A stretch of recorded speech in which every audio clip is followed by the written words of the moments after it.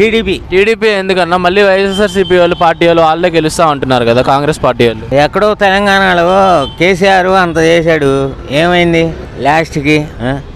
రేవంత్ రెడ్డి వచ్చాడు. ఇక్కడ మటుకు టీడీపీయే నెక్స్ట్. ఈ 5 సంవత్సరాలు జగన్ గారి పరిపాలన మీకు ఎలా అనిపిస్తుంది? ఈసారి జగన్ గెలిస్తే లేబర్ పనులకి వెళ్తే 800 వస్తున్నాయి. ఏంటి 800? అన్ని రేట్లు పెరిగిపోయినాయి. ఆయిల్ రేటు పెరిగిపోయింది. ఏంటి గ్యాస్ రేటు 930 రూపాయలు గ్యాసు. అన్నీ రేట్లన్నీ పెరిగిపోయినాయి. జగన్ గారు 2019లో పూర్తి మద్యపాన నిషేధం చేస్తాం, మద్యం లేకుండా చేస్తాం అన్నారు కదా, అది చెయ్యకపోగా వైన్స్లో బార్లు పెరిగినాయి కదా.